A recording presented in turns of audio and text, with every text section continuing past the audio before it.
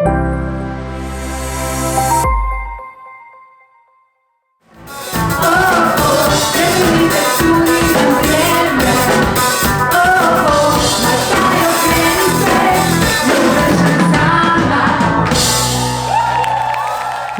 je objektivnost i realnost koja je neovisna i o tvojim preferencijama i o tvojoj interpretaciji, o svjetonazoru, to je tako kako je. Baš vidim i u društvu da se ljudi jako teško suočavaju, teško izgovaraju neke istine i prave se da neke činjenice koje su zapravo sasvim jasne, znanstveno dokazane i povijesno dokazane, da ne postoje. Baš neki dan čitam, dogodila se tragedija. Kakva tragedija? Muž je ubio ženu pa sebe.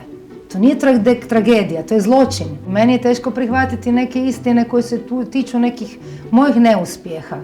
I ja sam si već davno razradila jednu strategiju da kad se meni dogodi neka istina, tipa u poslu je neko bolji od mene, ili odaberu bend, ne odaberu moj bend za festival, ne znam, za Exit, nego neki drugi bend, da jednostavno se skuliram i onda protiv same svoje ljubomore koju mi imam svoje mali rituale, to je da pronađem tu osobu ili taj bend, dobro poslušam to zbog čega odabram ona, ne ja, i samo lajkam.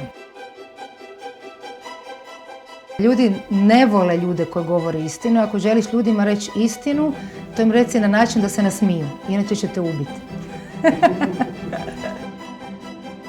Ja se sjećam jedne istine koja mi je prilično teško pala o meni.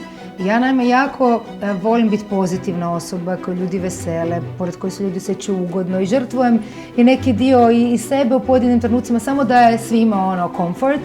I onda me zapravo dosta pogodilo kad mi je moj bivši dečko, to je bilo nekih pred 15 godina, rekao da će on poluditi sa mnom jer da on ne može biti to što je, jer da sam ja, citiram ga, ti si tiranin dobrog raspoloženja.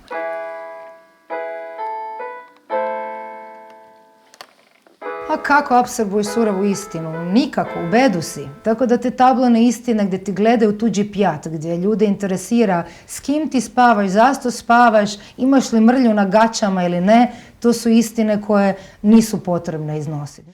A istina je prijatelj u svim drugim slučajevima.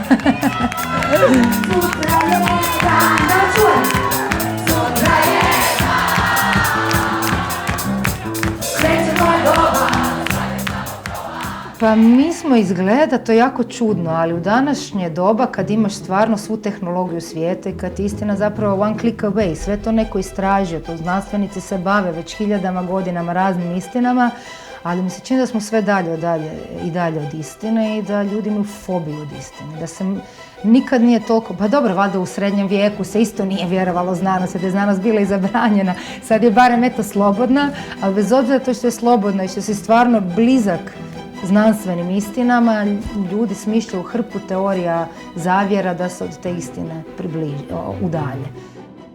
Pridružite nam se u otkrivanju istine. Prijavi se na dnevno newsletter